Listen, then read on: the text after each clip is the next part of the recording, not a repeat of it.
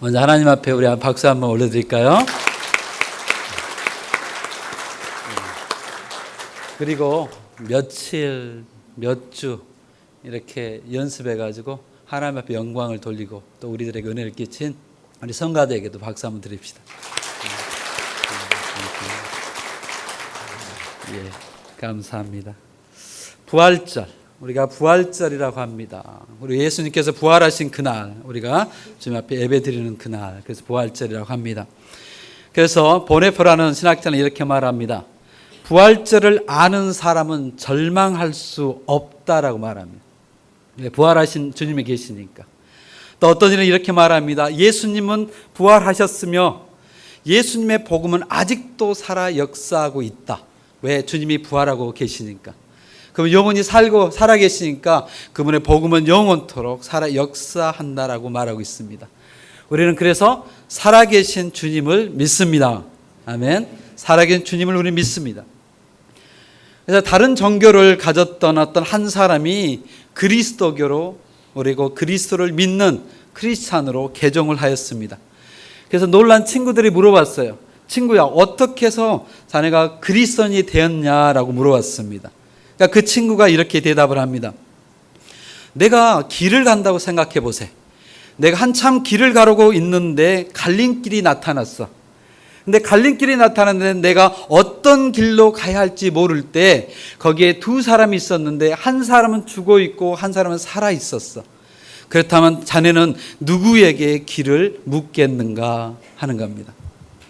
여러분들은 누구에게 묻겠습니까? 누군가는 죽어 있고 누군가는 살아 있다면 누구에게 묻겠습니까? 그렇죠. 우리는 살아계신 예수님을 믿습니다. 예수님은 죽은 지 사흘 만에 부활하셨습니다. 그분이 살아계신 주님이시고 그래서 기독교는 생명이 있는 종교입니다. 예수님은 사망 권세를 몰아내고 죽음에서 일어나셔서 무덤문을 여셨습니다. 그분은 살아계신 주님이십니다. 아멘. 자, 그렇다면 우리는 그 살아계신 주님을 믿고 살기에 그럼 우리의 삶을 누구에게 맡겨야 하겠느냐 하는 것입니다. 우리는 분명히 우리의 삶은 우리를 위하여 생명을 주신 주님에게 맡겨야 할 줄로 믿습니다. 어느 시골에서 불이 났다고 합니다. 불이 났는데 그 집이 어떤 할머니와 거기에 어린 꼬마 손자가 함께 살고 있었어요.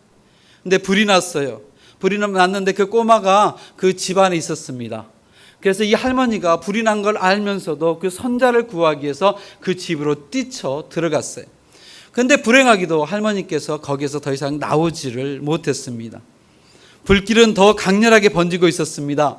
모두들 다 거기에서 어려움 속에 있어서 그 불길에 뛰어들어가서 어린아이를 구하고 할머니를 구할 사람이 없었습니다.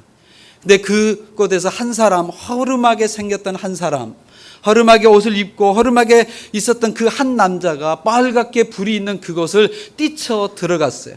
뛰쳐 들어가서 그 어린아이를 구해내가지고 왔습니다.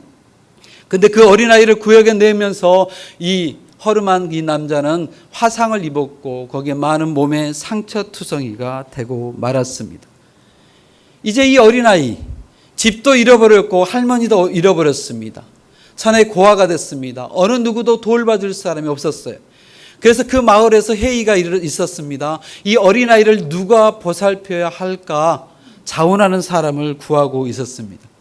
한 사람이 거기서 일어납니다. 내가 이 아이를 키우겠습니다. 가면서 하는데 그 사람을 보니까 그 마을에서 가장 부자였습니다. 가장 많은 재물을 가지고 있었어요. 그 사람이 그를 키우겠다니까 동네 사람들이 그럴 수 있겠다라고 말을 했어요. 그런데 조금 있다가 두 번째 사람이 일어납니다. 두 번째 사람이 일어났는데 그 사람은 곧 그 마을에서 가장 많은 교육을 받은 학자였습니다. 그 사람이 자기가 데려다 키우겠다라고 합니다. 세 번째 한 사람이 나타났습니다. 그 사람은 다름 아닌 그 허름했던 사람, 온몸에 불투성이가 됐고 그 화상을 입었던 그 아저씨가 일어나서 내가 키우겠다라고 말합니다. 혹 여러분들이 그 소년이라면 누구에게 여러분들의 삶을 맡기겠습니까? 우리는 당연히 압니다. 부자도 아니고 교육을 받은 학자도 아니고 자기를 위해서 생명을 준 그 사람을 따라서 아마 그는 살 것입니다. 그런 것처럼 이 땅에서 우리에게 생명을 주신 그분, 우리를 위해서 자기의 삶을 다 주신 그분, 십자가 위에서 죽으신 그분에게 우리의 삶을 의지하며 사는 것이 옳다고 믿습니다. 부활하신 예수님, 그분은 지금도 살아계시고 영원히 살아계신 그분입니다. 그분이 여러분들을 능력으로 회복시켜 주실 줄로 믿습니다. 오늘 말씀 마가복음 16장 1절부터 그 말씀 보면 그 모습입니다. 예수 그리스도를 따라갔던 그 여인들과 또 제자들의 그 모습을 여기에 말하고 있습니다. 보았던 그날 새벽 미명에 거기를 찾아갔던 여인들이 있습니다. 여기 보면 막달라 마리아와 야고보의 어머니 마리아와 또 살로메가 가서 예수께 바르기 위한 향품을 사다 두었다라고 말하고 있습니다. 우리 주님께서 이제 부활한 그날 이들은 부활을 전혀 꿈꾸지 못하고 자기들의 마음속에 있었던 안타까움, 이스라엘 그 나라에 모두가 죽고 나면 거기다 향품을 거기에다 발라야 되는데 그러지 못한 부담감 때문에 아침 이른 새벽에 일어나서 그들은 그 예수라는 그분에게 찾아갔어요. 그런데 마태복음 28장에 동일하게 이 말씀이 기록되어 있는데 마태복음 28장 2절에 그 부활의 아침을 이렇게 말합니다. 너무나 역동적으로 거기는 기록해 놨습니다. 큰 지진이 일어나고 천사들이 하늘에서 내려와 무덤을 틀어막는 돌을 굴러냈다 하고 로마 군인들만큼도 기절할 만큼 큰 권능의 부활이 있었다라고 말합니다. 오늘 16장 4절에 보면 거기서 큰 돌을 굴러냈다라고 하는데 그 돌이 심히 컸다라고 말합니다. 그만큼 웅장한 부활이 그날 그 새벽에 일어났던 것입니다.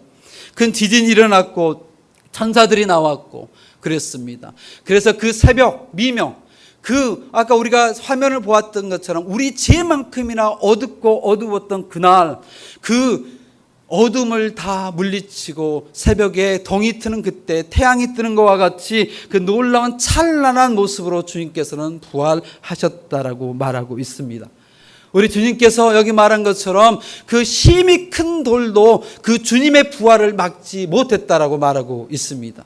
자, 그 말은 뭐냐면 우리에게 어떤 어려움이 있다 할지라도 심히 그 큰 돌이 부활하신 그 주님을 막지 못한 것처럼 우리 주님께서 여러분들을 사랑하고 여러분들을 도우려고 할 때 어떤 어려움도 어떤 그 큰 돌보다도 심히 큰 고난과 아픔이 여러분들 앞을 막은다 할지라도 주님의 도움을 여러분들의 삶 속에서 막을 수 있는 것이 없다는 것이에요. 주님의 부활이 여러분들에게 그만큼 큰 힘이 되며 소망이 될 줄로 믿습니다. 주님께서는 부활하고 나서 처음으로 제자들에게 말합니다. 내가 너를 처음으로 만났던 그 갈릴리 지역에서 다시 만나자라고 말합니다. 그 말은 뭐냐면 그들이 예수님을 버리고 갔고 예수님 앞에서 좌절되었고 그들이 두려움 속에 있었지만 다시 시작하자, 다시 회복의 그날이 있을 것이라는 그 약속을 해주는 것입니다. 마태복음 28장 10절은 동일한 말씀을 이렇게 기록해요. 이에 예수께서 이르시되 무서워하지 말라. 가서 너의 형제들에게 곧 내 형제들에게 갈릴리로 가라 하라. 거기서 나를 보리라 하시니라 그래요. 예수님께서 제자들을 부르면서 뭐라냐 내 형제들이라고 고백해 놨어요. 여러분 한번 나중에 집에 가서 보십시오. 마태복음 28장 10절의 말씀, 주님께서 여러분들을 부르는 것은 내 형제들이라고 부를 만큼 주님은 여러분들을 사랑하고 계신다 하는 것입니다. 그렇다면 부활의 그 하나님을 만난 제자들로서 우리가 부활을 찬양했던 우리들로서 그럼 어떻게 살아야 할까 하는 거예요. 요한복음 12장에는 예수님으로 통해서 이 땅에서 죽음에서 다시 살아난 사람의 이야기가 있습니다. 그가 곧 나사로의 이야기입니다. 나사로는 예수 그리스도를 통해서 부활이라고 표현하기는 어렵지만 그가 다시 한번 생명을 회복해서 이 땅에 살았던 사람이에요. 근데 생명을 다시 회복했던 그 사람이 이 땅에서 어떻게 살았는가 하는 겁니다. 요한복음 12장 9절부터 읽어드릴게요. 유대인의 큰 무리가 예수께서 여기 계신 줄을 알고니 이는 예수만 보기 함이 아니요 죽은 자 가운데서 살리신 나사로도 보려 함이로라. 대제사장들이 나사로까지 죽이려고 모의하니 나사로 때문에 많은 유대인이 가서 예수를 믿음이러라. 자기 신에게 생명을 주신 분, 다시 살게 하여 주신 분, 그분에 대하여 그가 증거하면서 삶을 살고 있기 때문에 12장 11절에 말씀하기를 나사로 때문에 많은 유대인이 가서 예수를 믿음이러라. 믿음이러라. 그 예수 안에서 부활의 그 사랑을 우리가 입은 사람들, 십자가의 그 사랑을 가졌던 우리들이 살아야 할 그 삶의 모습을 나사로가 보여준 게 뭐냐면, 우리 때문에 유대인들이 가서 예수를 믿음이라 한 것처럼 여러분들 때문에 수많은 사람들이 예수를 믿으니라 하는 그런 삶을 우리가 살아야 한다는 것이에요. 이 말씀은 우리에게 도전을 줍니다. 우리 또한 이 세상에서 죽어서, 이 세상의 죄 때문에 죽어서 살았고 하나님을 몰라서 살았던 우리들이 하나님의 은혜로, 십자가의 그 사랑으로 우리가 그 부활을, 우리의 영혼이 죽었던 것이 다시 살아났던 그 은혜를 우리가 누렸다면, 그 부활의 기쁨을 알고 증거하는 우리들, 우리가 예수님을 만나서 삶이 구원받고 영생의 삶을 살아가고 있다고 한다면, 우리의 삶이 나사로처럼 우리 때문에, 나 때문에 많은 사람이 예수를 믿었다라는 삶을 살아야 하지 않을까 합니다. 우리들이 그 삶을 살아야 하는 거예요. 나 때문에 예수님을 믿었더라 하는 사람들이 살아서 그들이 여러분들 때문에, 나 때문에 예수님을 믿을 수 있는 그 은혜를 여러분들이 누리시기를 바랍니다. 여러분들이 부활의 주님을 만났습니다. 여러분들 인하여 부활이 증거되었고 예수님이 증거되기 위해서 여러분들이 먼저 하나 해야 될 것이 뭐냐면, 주님을 진정으로 사랑하는 것이, 진정으로. 오늘도 보았지만 여기에 보면 막달라 마리아라는 사람이 나옵니다. 특별히 우리가 읽지 않았지만 9절에 보면 예수께서 안식 후 첫날 이른 아침에 살아나신 후 전에 7 귀신을 쫓아내어 주신 막달라 마리아에게 먼저 보이시니라고 성경은 기록하고 있어요. 왜 그랬을까 하는 겁니다. 마태복음에 보면은 이 막달라 마리아가 가장 첫날 아침에 예수에게 가서 예수에게 향유를 바르기 위해서 그는 갔습니다. 거기에 가서 향품을 놓고 싶어서 그는 갔습니다. 근데 그곳에 가니까 예수님이 안 계시는 거예요. 무덤은 열려 있었어요. 예수가 보이지가 않아요. 예수가 보이지 않아서 그가 달려가는 것이 제자들에게 달려갔어요.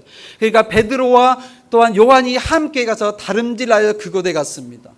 그런데 베드로와 요한도 그것을 봤는데 예수가 없어요. 세마포만 거기에 개어져 있었어요.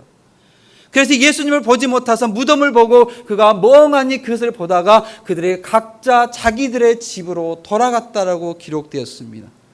근데 거기에 한 사람이 남아 있었어요. 막달라 마리아가 남아 있었어요. 예수에 대한 그 사랑 때문에 가지 못하고 그 예수 그리스도의 시체만이라도 그는 받기 위해서 거기에 있는 동산지기에 말합니다. 나에게 그 시체를 달라라고. 그리고 거기에서 울면서 있었음을 우리는 알 수 있습니다. 그런데 거기에서 놀라운 일이 일었었어요. 예수라는 그분이 오늘 9절에 본 것처럼 모든 사람은 다 가고 있을 때 안식 후 첫날 예수께서 처음으로 만나줬던 사람이 막달라 마리아라는 것이에요. 예수라는 사람이, 그분이 우리를 만나줄 때 외모로 보지 않습니다. 대제사장들 그들도 만나지 않았습니다. 그리고 예수님을 3년 반 동안 따라다녔던 그 베드로와 제자들도 만나지 않았습니다. 누구를 만났냐면 막달라 마리아를 예수님께서 만나 주셨다 하는 거예요. 제자들은 사도였습니다. 예수님께서 이 땅에 오셨을 때 가장 먼저 불렀던 사람이었습니다. 막달라 마리아는 비교할 수 없었던 그 사람들이었어요. 막달라 마리아는 귀신이 들렸던 사람이고 사람들이 미친 여자라고 손가락질을 했던 사람이고 그를 다른 사람들이 조롱했던 사람, 소망이 없던 사람, 미천하고 가여웠던 그 인생이었어요. 그런데 예수님께서는 제자들에게 직접 나타나신 것이 아니라 이 막달라 마리아를 가장 먼저 만나 주셨다 하는 거예요. 제자들이 예수님을 만나기 전에, 아니 예루살렘에 있었던 어느 누가 예수를 만나기 전에 예수가 부활했다는 그 소식을 누구를 통해서 들었느냐면 천사도 아니요 막달라 마리아를 통해서 그 베드로도 그 요한도 거기 있는 모든 사람도 막달라 마리아를 통해서 예수가 부활했다는 소식을 들어야만 했습니다. 왜 그랬을까? 왜 예수님께서는 다른 사람을 선택하지 않고 막달라 마리아를 선택해서 부활의 소식을 그로 통해서 증거하셨을까 하는 거예요. 그것은 사랑이에요. 사랑. 예수를 위해서, 예수 그리스도를 만나기 위해서 부활의 아침 가장 먼저 향유를 가지고, 향품을 가지고 예수를 만나고 싶어하는 그 마음. 베드로와 요한은 거기에 두려워서 그곳에서 제자들이 마가의 다락방에 숨어 있을지 몰라도, 거기에 있었을지 몰라도 그 예수를 만나기 위해서 동산지기를 찾아가면서 예수 그분의 시체라도 달라고 애원했던 그 마음, 예수를 사랑했던 그 마음이 있었기 때문에 그를 예수님께서 제일 먼저 만나 주셨다 하는 거예요. 심지어 자기가 3년 반 동안 있으면서 갈릴리에서 만나자고 약속했던 그들보다도 자기를 갈급했던 그 마음, 막달라 마리아 그분을 만나 주었다 하는 것입니다. 오늘 우리가 찬양을 하는 걸 들었어요. 돈이 필요하다. 그렇죠. 우리들의 진정 눈물겹게 돈을 벌어봐야만이 돈의 참 의미와 가치를 알 수가 있습니다. 그런 것처럼 종말의 부활이 진정 감격스러운 예수 그리스도의 능력이 되기 위해서는 우리 역시 이 세상에서 예수 그리스도의 죽음을 본받는 생활을 애써 봐야지, 그래야만이 예수 그리스도의 그 부활이 우리에게 얼마나 소중한 것을 우리가 알 수 있습니다. 오늘 우리가 집사님이 안수를 받습니다. 그리고 우리 장로님께서 은퇴를 하십니다. 그런데 말이에요, 시간이 흘러서 평신도가 집사가 되고, 집사가 권사가 되며, 권사가 또 장로가 되기도 하고, 안수 집사님이 장로가 되기도 합니다. 그렇게 시간이 흘러서 평신도가 집사가 되고, 집사가 안수 집사가 되고, 안수 집사가 장로가 되고 하는 그것은 교훈이라고 말합니다. 시간이 흘러서 받는 것은. 그러나 십자가의 죽음을 체험하고 부활을 체험한 사람은 성도라고 말합니다. 시간이 흘러되는 것은 교인이요, 부활의 삶을 살기 위해서 삶 속에서 죽어서 되는 것은 성도라고 말합니다. 교인이 되느냐, 성도가 되느냐는 그가 자신의 인격 속에서 십자가의 그 죽음을 체험했느냐, 그리고 부활을 체험했느냐에 따라서 달라지는 것입니다. 사랑하는 성도 여러분들, 여기는 여러분들, 또 특별히 오늘 안수를 받은 집사님, 또 은퇴를 하시는 우리 장로님, 그리고 여기는 모든 분들은 부활하신 그 하나님을 만남으로 통하여서 여러분들이 교인이 아니라 성도가 되는 은혜가 있기를 축복합니다.